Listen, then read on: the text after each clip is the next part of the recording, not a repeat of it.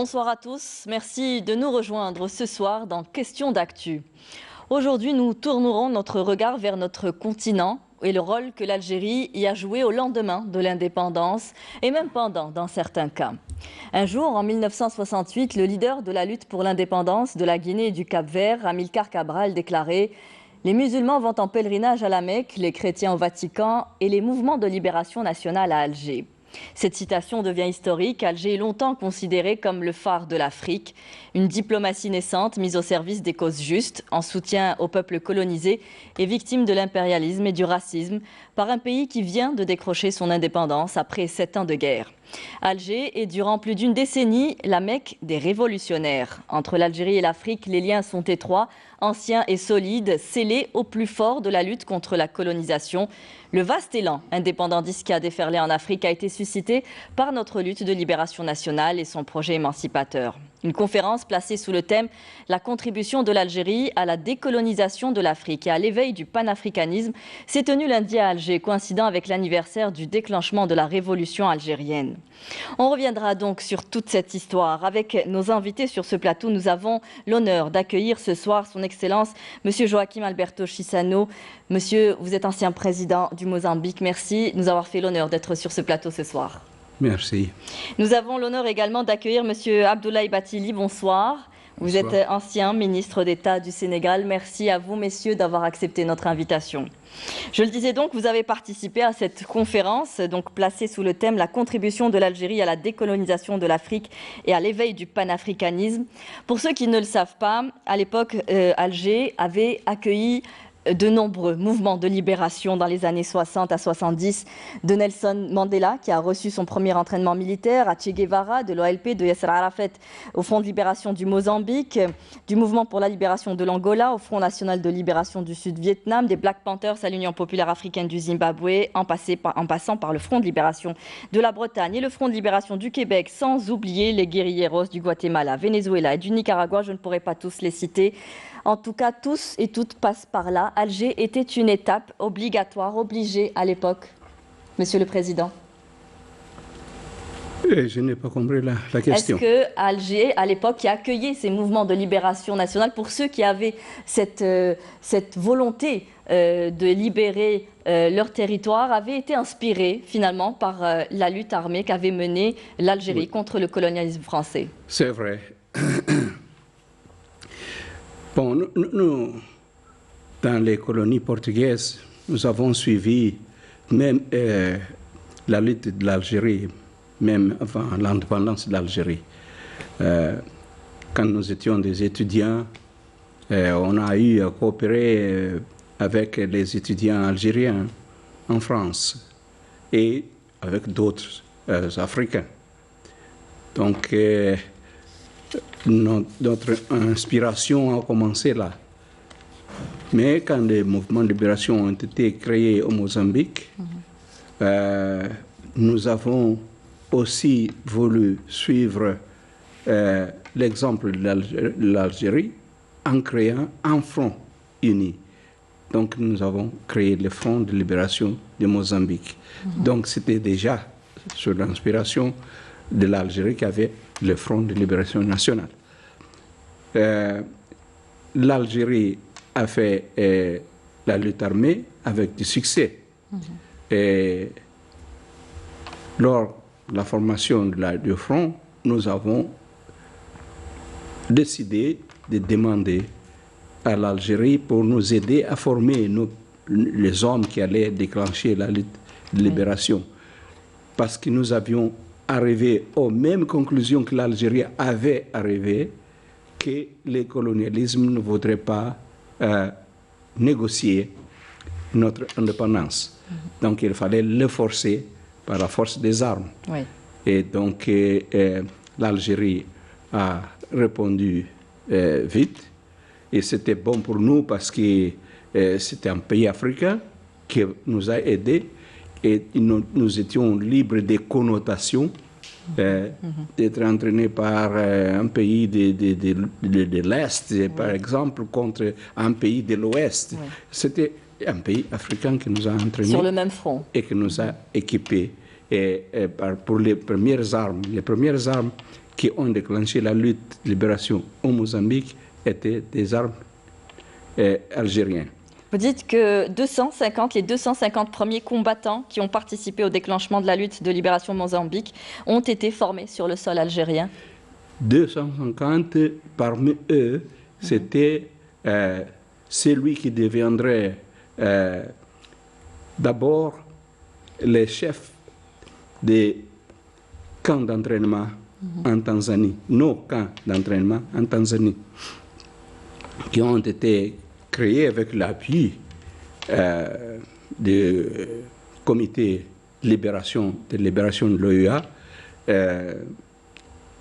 avec la participation d'un Algérien qui a été chargé d'accompagner cette mise sur place des camps d'entraînement de plusieurs mouvements de libération, qui s'appelait Nordine Jeudi, que je viens de faire rendre visite aujourd'hui. Le premier ambassadeur en Afrique du Sud. Oui, oui, mais à ce moment-là, elle était au comité de libération en 1963. Au comité de libération à Dar es Salaam, et j'ai travaillé personnellement avec lui. Donc, parmi les 250, il y avait Samora Machel, qui est devenu, après le président de Frelimo, après la mort du président Edouard Mondlane. C'était le président Edouard Mondlane qui était venu ici pour demander cet appui de l'Algérie, accompagné par Philippe Samuel Magaya, qui était responsable pour le département de défense et sécurité. Et aujourd'hui, jeudi, c'est rappelé de lui, et nous parlions de ça.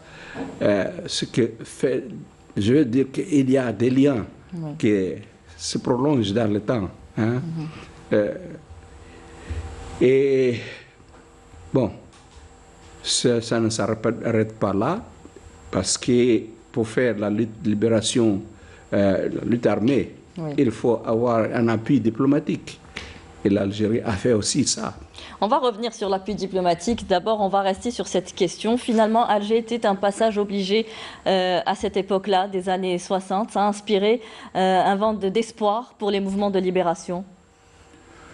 Eh bien, la lutte du Front de libération nationale ici en Algérie a été un élément fondateur du processus de décolonisation de manière générale, comme le président Chissano vient de le dire, mais de manière encore beaucoup plus particulière pour les anciennes colonies françaises. Oui. Moi, j'étais jeune à l'époque, à l'école primaire, quand les événements ont éclaté, l'événement du 1er novembre, parce qu'à l'époque, on ne parlait pas de guerre de libération dans les colonies françaises.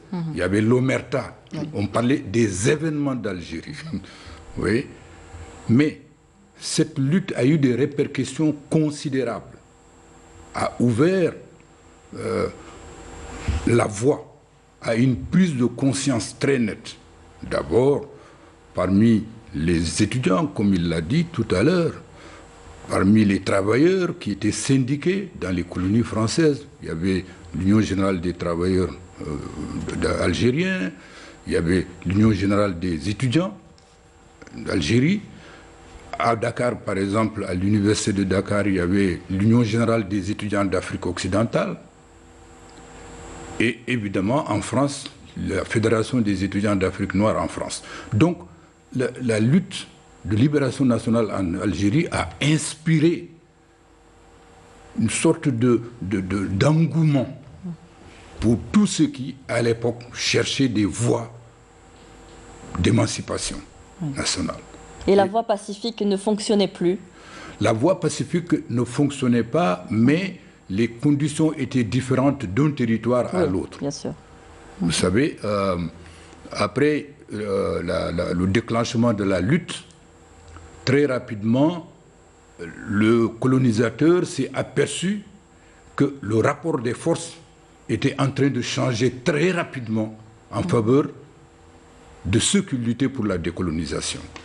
Et c'est ce qui explique toutes les mesures qui vont être prises par la France, notamment dans le cadre des réformes politiques, en donnant l'autonomie interne à certaines colonies. Il y a des conseils de gouvernement qui ont été créés. Certains leaders ont été cooptés dans les gouvernements français. Et par la suite, d'autres actions ont été engagées. L'appel pour l'Union française, le référendum de 1958, qui a été initié par le général de Gaulle. Tout cela pour bloquer le processus de radicalisation pour que l'exemple algérien ne fasse pas tache d'huile. Oui. Et c'était très net à cette époque. Ça avait bouleversé l'ordre de l'époque où on pensait pouvoir vaincre, on ne pensait pas pouvoir vaincre des colonies aussi puissantes. Vous-même, vous disiez qu'il y avait aussi cette lutte contre l'absence d'une voix forte, incapable de se faire entendre dans le concert mondial. Et c'est à travers la diplomatie que la voix des opprimés, la voix de ceux qui ont été colonisés a pu être entendue au niveau mondial. C'est aussi par la diplomatie, par la force de la diplomatie, qu'on a réussi aussi à vaincre ce colonialisme. Oui, notre lutte était à la fois politique, parce que nous mobilisions l'opinion de la population interne au Mozambique, pour qu'ils puissent comprendre les changements qui existaient dans le monde, et surtout en Afrique, après l'indépendance du Ghana, et les événements du Congo, etc. Donc là, il y avait une lutte politique. Les Portugais qui essayaient de convaincre nos peuples qu'ils étaient des Portugais, et nous, en expliquant que nous étions un peuple qui avait le droit à l'indépendance. C'est donc la lutte politique, c'était à la fois la lutte diplomatique, parce qu'il fallait gagner l'opinion internationale des peuples de tous les pays à notre cause. Et là, était une lutte armée, la lutte armée qui était devenue principale parce que les Portugais ne voulaient pas écouter la voix de la raison. Mais cette lutte armée, dans notre cas, n'avait pas une aile militaire et une aile politique. C'était une lutte politico-militaire. Donc tout le peuple se joignait à cette lutte en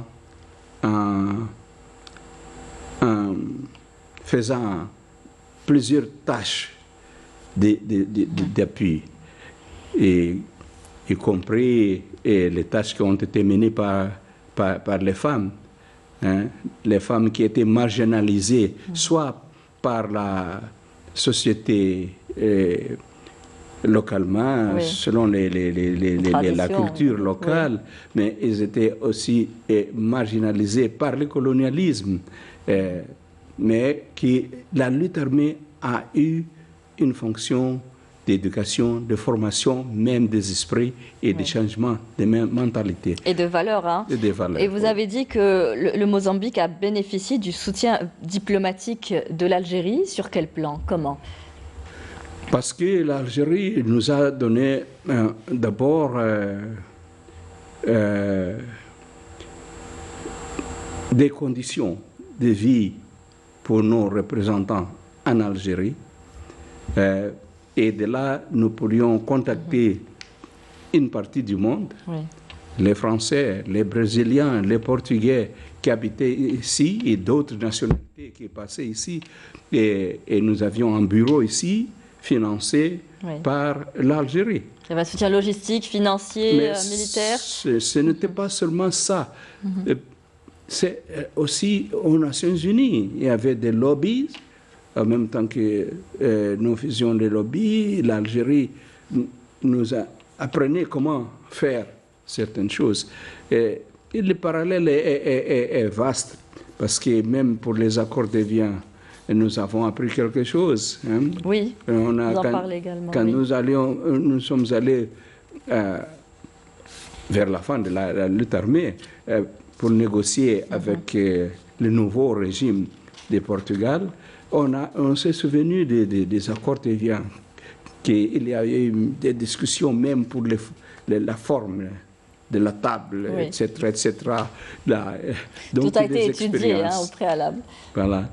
Mais il y a eu cet appui diplomatique de l'Algérie avant notre indépendance, mais aussi après l'indépendance. Vous êtes d'accord avec ce que vient de dire Monsieur le Président sur le modèle de négociation mené à Évian, qui a exercé une influence importante sur le processus de décolonisation en Afrique? Et oui, parce que la lutte du Front de libération nationale a été, comme il vient de le dire, un modèle à la fois de résistance militaire, qui a mené à la victoire, parce que incontestablement, d'ailleurs, l'ancien président du Conseil au Sénégal, Mamadou Dia, qui n'est plus, a eu à dire que la lutte du peuple algérien a été exemplaire à tout point de vue pour les peuples sous domination coloniale française. La lutte armée, mais aussi la manière dont le combat politique a été mené sur le terrain, les négociations. Moi, j'étais à l'époque à l'école secondaire. Les négociations d'Évian ont marqué nos esprits.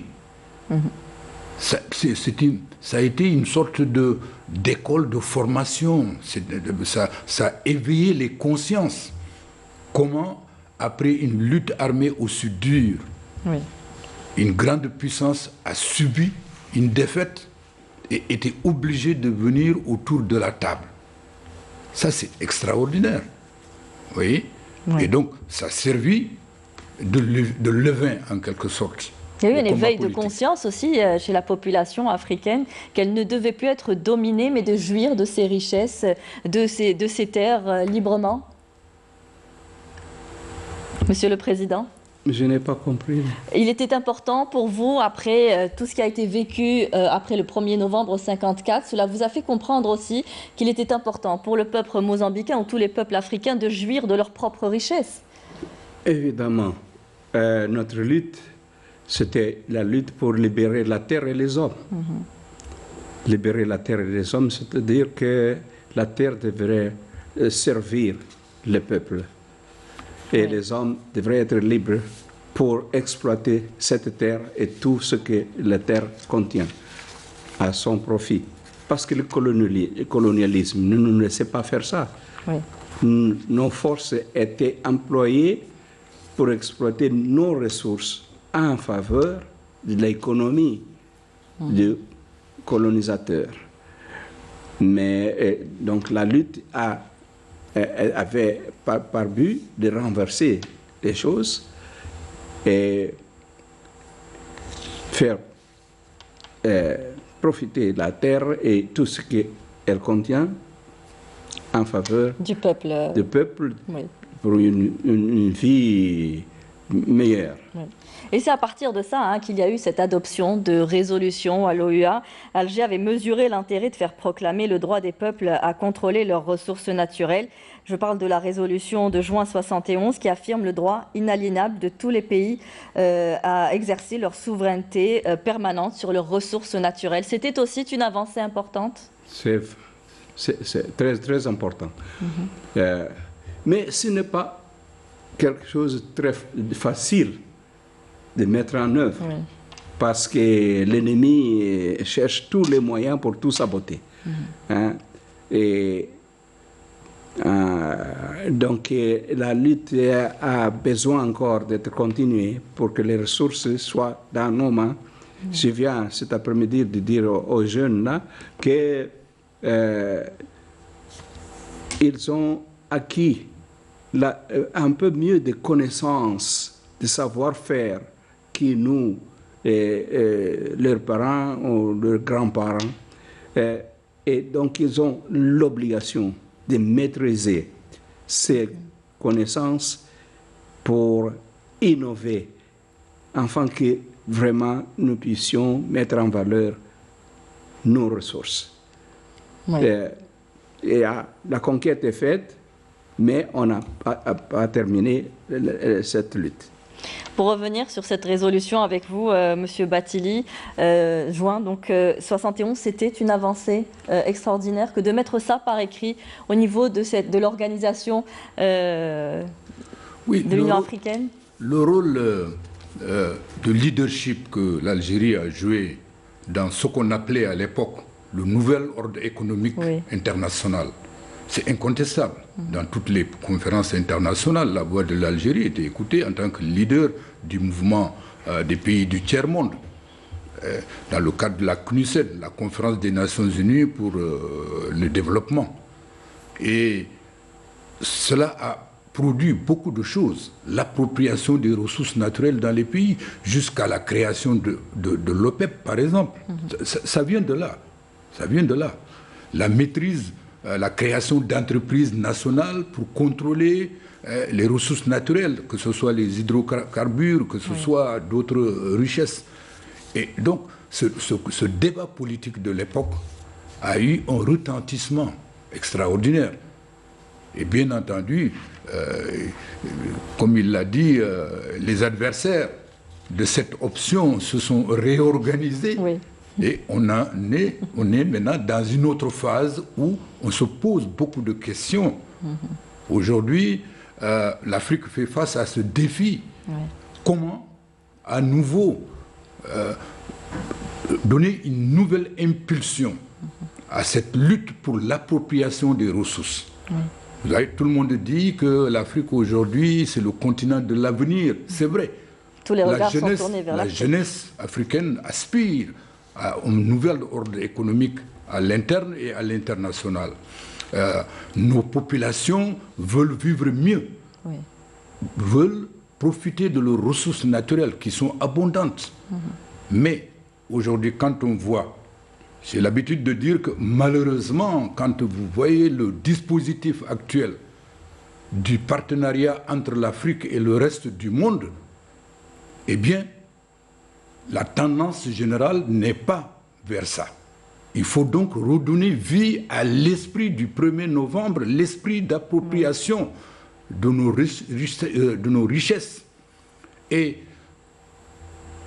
il y a, quoi qu'on dise, une nouvelle conférence de Berlin qui est en train de se dérouler sous nos yeux. La conférence de Berlin qui, à la fin du 19e siècle, a abouti au partage du continent africain entre les grandes puissances. Mais aujourd'hui, tout le monde dit oui, c'est le temps de l'Afrique. Oui, c'est le temps de l'Afrique, mais est-ce que c'est le temps de l'Afrique pour les Africains? J'ai l'habitude de dire qu'aujourd'hui, ce qui se passe, c'est que l'Afrique est comme un méchoui qui est sur la table et les partenaires viennent chacun avec son couteau et sa fourchette et prendre sa part. Et les populations africaines ne veulent pas de ce type de partenariat. Les populations africaines veulent un partenariat gagnant-gagnant. Et pour que ça puisse arriver, il faut qu'on s'organise, il faut qu'on s'unisse sur le continent. Un pays seul ne peut pas le faire. Donc il faut insuffler une dynamique nouvelle, donner une impulsion à la cause unitaire, à la cause pour l'appropriation de nos ressources naturelles. Comment arriver à cela, Monsieur le Président, aujourd'hui? Comment donner cette nouvelle impulsion? Il faut regrouper toutes les forces vives. Et il faut regrouper tous les Africains, y compris ceux qui se trouvent à la diaspora, qui ont beaucoup de connaissances. Et des expériences parce qu'ils ont vu ce que les pays développés font. Donc il faut une campagne pour récupérer ce cerveau. On avait essayé de faire ça une fois, de créer un centre d'études d'excellence à Abuja. Et qui serait répété dans un autre pays d'Afrique centrale et puis l'Afrique orientale. Je ne sais pas si ça continue maintenant, mais c'était l'idée d'avoir des élites qui sont éparpillées partout de faire revenir et prendre conscience que nous pouvons faire quelque chose pour notre continent.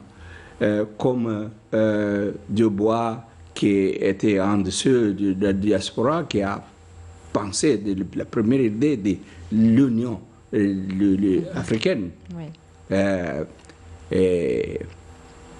Et avec Nkrumah et avec Frantz Fanon, tout cela, ça peut être répété dans le point de vue de assembler la connaissance des Africains. Il y a des Africains qui travaillent pour les pays développés. J'ai vu quand les Éthiopiens qui étaient aux États-Unis d'Amérique sont rentrés chez eux, ce qu'ils ont fait pour leur pays. J'ai vu un changement. Il faut créer ce cadre aujourd'hui pour pouvoir faire participer la diaspora au développement de leur pays. Vous êtes aujourd'hui, vous le disiez, hein, la population africaine a pris conscience, ou rejette en tout cas, cette forme de paternalisme qui ne cache rien d'autre que le néocolonialisme. On l'a vu récemment, les jeunes qui demandent à être traités d'égal à égal, d'État à État, c'est ce qui est demandé aujourd'hui. Parce qu'on se retrouve partie prenante et non pas de... On ne parle plus d'aide, on parle de d'être partie prenante. Oui, et il nous faudra encore un travail. Et moi, j'insiste qu'il faut que ceux qui ont des points de vue éclaircis puissent transmettre cela le plus vite possible aux jeunes. Oui. Que nous formons. Parce qu'il y a des jeunes qui sont formés et puis se demandent quoi faire. Parce qu'il y a le chômage, mais il y a la connaissance. Il faut habituer nos jeunes gens à avoir des initiatives, des innovations, et d'être entrepreneurs. Parce que nous avons ouvert nos pays à l'économie de marché. On ne pourrait même pas résister. Il y a l'économie de marché partout, plus poussée ou moins poussée, mais partout, même en Chine, ça existe. Alors, mais la question c'est l'économie de marché pour servir à qui? Pour servir à des multinationales qui viendront de dehors avec de l'argent et qu'ils ramènent l'argent de retour à leur pays. Et il faut organiser pour que les entrepreneurs africains puissent produire pour le bien-être de leur peuple. Je ne dis pas qu'on ne doit pas laisser les étrangers qui viennent investir prendre une partie pour rapatrier. Ça, c'est bon. C'est le gagnant-gagnant dont le professeur était en train de parler. Mais il faut que nous, les Africains, sachions défendre nos intérêts. Si vous voyez par exemple la question de la pandémie du Covid, est-ce qu'on doit considérer que c'est acceptable que les Africains attendent aujourd'hui de manière humiliante que d'autres pays nous donnent comme une aumône du vaccin. Alors que sur le continent aujourd'hui, nous avons une masse critique d'expertise dans le domaine de la recherche médicale, de la pharmacopée, et à partir même de notre propre pharmacopée, et de manière générale. Nous avons des experts dans beaucoup de domaines. Les compétences y sont. Si la volonté politique des États pouvait créer une synergie pour créer des laboratoires, peut-être pas dans chaque pays, et puis individuellement dans un premier temps, mais au moins dans chaque région, dans chaque groupe de pays. Mais nous n'en serions pas là. L'Afrique aurait pu avoir ses propres vaccins plutôt que de tendre la main. Alors que nous en avons aujourd'hui les moyens. Donc nous avons les ressources naturelles. Nous avons aujourd'hui, 60 ans après les indépendances, une masse critique d'expertise dans tous les domaines. Ce qui manque, c'est cette volonté politique. Divisés, nous serons affaiblis. Et dispersés, nous ne pourrons pas réussir notre développement. Alors, c'est pourquoi il est fondamental aujourd'hui de revenir à la question capitale. Se libérer dans une perspective unitaire. Oui. Rassembler les forces, les expertises et dans le cadre de la synergie politique au sein de l'Union africaine, n'est-ce pas, créer les conditions de la libération du continent. Parce que nous ne pouvons pas continuer 60 ans après les indépendances que chacun essaye de s'en sortir. Ce sera très difficile. Il faut miser. Nous avons un exemple aujourd'hui même, que même avec les Européens, nous pouvons coopérer pour de bonnes choses, pour de bonnes causes. L'exemple que je voudrais donner, c'est d'une organisation qui s'appelle la EDCTP. C'est une association des scientistes, des scientifiques africains et des scientifiques européens qui travaillent pour la recherche, les recherches médicaux, les essais médicaux, et qui ont réussi maintenant à découvrir le vaccin contre le palu, contre le malaria. Et mon pays a participé dans 2 ou 3 phases de cette recherche. Et ça a donné certes, parce qu'il y a la volonté. C'est un exemple qu'il faut suivre. Il y a eu une conférence à Maputo, c'était un webinaire, et j'ai proposé que cet exemple soit porté à la connaissance, parce que ça a donné quelque chose de bon. Et il y a une unité, parce qu'il faut évoluer vers cela aussi. Et cesser d'être des ennemis d'un continent et l'autre, et arriver à coopérer. C'est possible. Mais d'abord, il faut que les Africains sachent ce qu'ils veulent. Oui, et où ils veulent aller. Avant, on le disait, dans les années 60, il y a le panafricanisme, c'était la libération.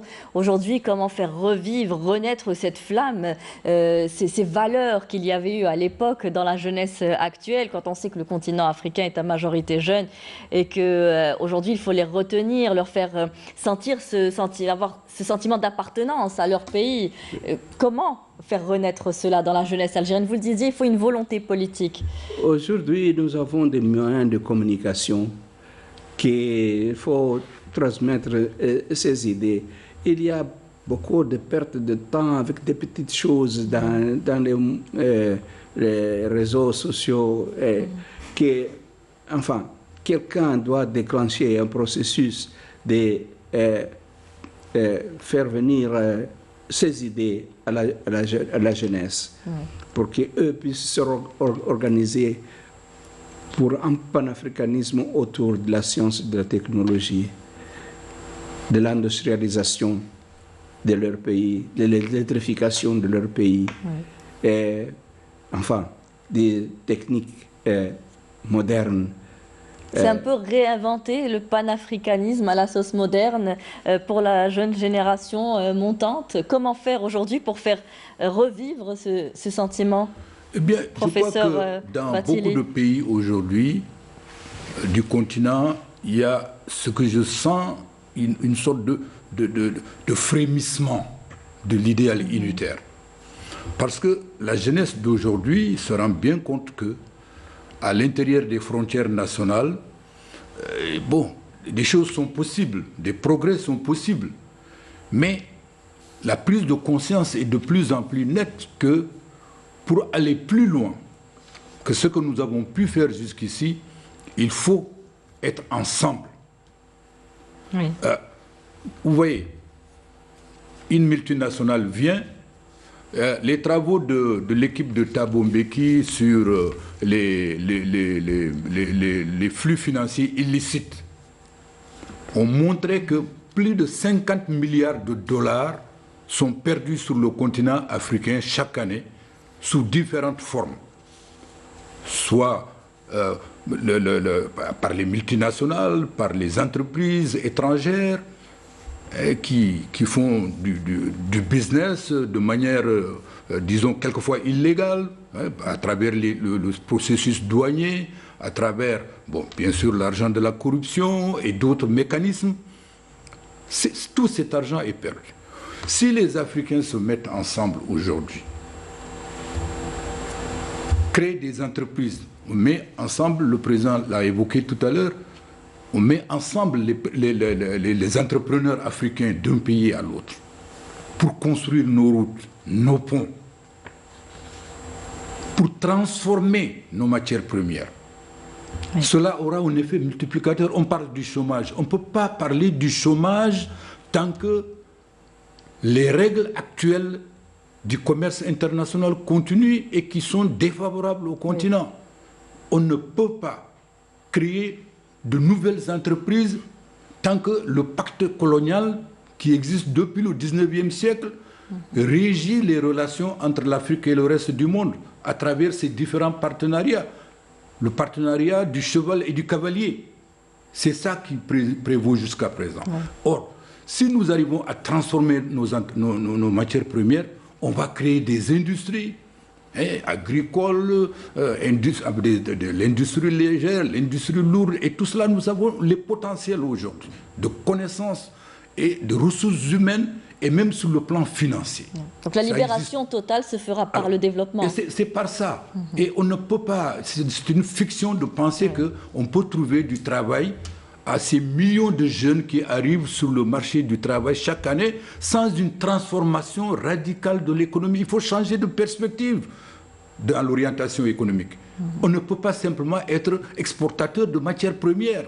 Tant qu'on est à ce niveau, l'Afrique deviendra après un trou où on aura enlevé toutes les matières premières et puis on va rester pauvre, on sera encore beaucoup plus pauvre. Les autres vont prendre ces matières premières, aller les transformer chez eux. D'ailleurs, la pandémie du Covid pousse certains à dire maintenant nous allons faire l'entreprise chez nous-mêmes. Donc ils vont prendre nos matières premières et aller faire de l'industrialisation chez eux, la transformation, et nous, on va rester, comme on dit, le bec dans l'eau.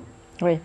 Pour revenir sur cette vision de l'ensemble, je vais reprendre, si vous le permettez, cette déclaration du feu président Ahmed Ben Bella, qui était la vision de l'Algérie. La libération de l'Algérie ne pouvait être complète qu'à la condition que l'ensemble du continent fût également débarrassé totalement de la domination étrangère et raciale. Il avait déclaré justement au sommet de l'Organisation de l'Unité africaine, où il avait exhorté ses pairs africains à mourir un peu, sinon totalement, pour parachever l'œuvre de décolonisation et mener à bien, bien sûr, à l'époque, la lutte contre l'apartheid et la discrimination raciale. On en est encore là, aujourd'hui, à devoir tous se sacrifier, tous pour une unité africaine.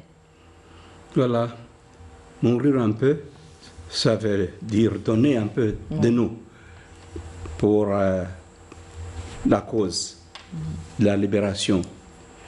Mourir un peu, ça veut dire donner un peu de notre sang.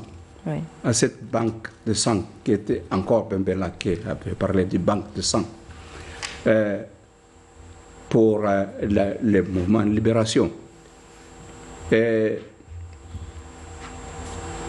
Ça, c'est quelque chose qui est nécessaire aujourd'hui aussi pour le développement. Il faut, comme le disait le professeur, être ensemble. Et chacun donnant le peu qu'il puisse donner de savoir et des ressources. Parce que nous avons essayé de faire la NEPAD et nous avons appelé cela le nouveau partenariat. Et l'Algérie a participé à travers le président Bouteflika pour la NEPAD. Et on s'est posé la question dans la commission où j'ai participé, pourquoi nouveau? Pourquoi nous appelons nouveau? C'est-à-dire, ce serait nouveau parce qu'il y aurait une nouvelle mentalité, qui ferait à ce que nous allions mobiliser tout ce que nous avons et les ressources pour être indépendants et ne pas attendre l'aide extérieure. Et bon, nous avons commencé, mais les choses ne sont pas restées comme nous l'avions souhaité. Et un des problèmes, c'est qu'on n'avait pas pu terminer avec les conflits dans nos pays.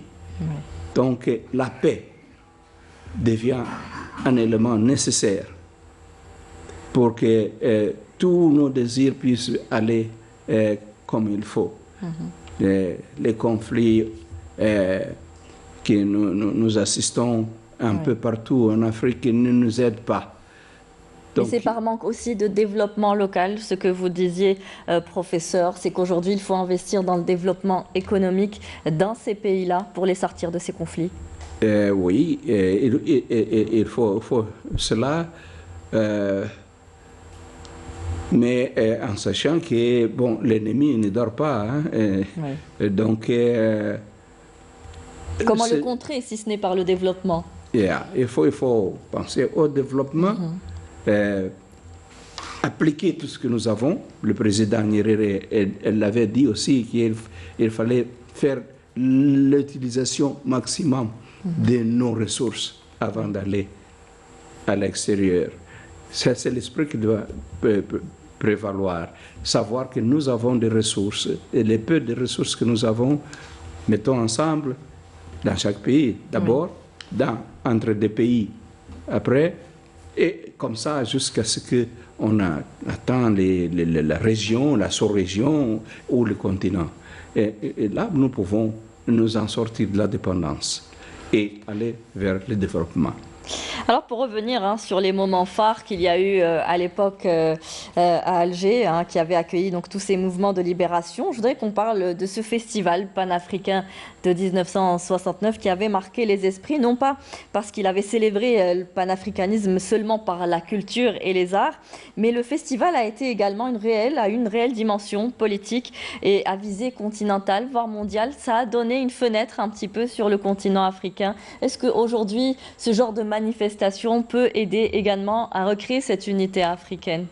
Non seulement ce genre de manifestation peut aider, mais on doit s'y engager, il doit nous aider. Parce que, voyez-vous, quand vous regardez les autres régions du monde qui mènent aujourd'hui, disons, tout ce qui se passe, l'Afrique ne parle pas d'une voix. L'Afrique doit afficher ses propres valeurs. Vous savez, aujourd'hui, les gens nous disent, soyez bon, n'allez pas avec tel partenaire parce qu'il risque de vous étrangler. C'est-à-dire, les gens veulent désigner nos amis à notre place. Alors que c'est nous qui devons nous mettre ensemble parce que c'est des problèmes africains d'un pays à l'autre. Nous devons nous mettre ensemble pour trouver des solutions africaines aux problèmes africains et cela est possible. Le président vient de le dire tout à l'heure, la question par exemple de la sécurité. Il y a des mécanismes de sécurité collective qui ont été établis sur une base sous-régionale, sur une base régionale. Si nous nous engageons dans cela, on pourra régler nos conflits et éviter les interventions étrangères qui ne font qu'aggraver ces conflits. C'est aussi ce qui est prôné par l'Algérie, un développement légal, respect du territoire. Absolument. Voilà. Il faut qu'on travaille ensemble. De l'intégrité des chaque région du monde affiche son unité pour avancer et ils viennent vers nous en espérant que nous serons divisés, dispersés pour pouvoir nous prendre les uns après les autres. Voilà. C'est pourquoi, encore une fois, c'est l'esprit du 1er novembre, de mon point de vue, c'est-à-dire l'esprit de résistance, de libération.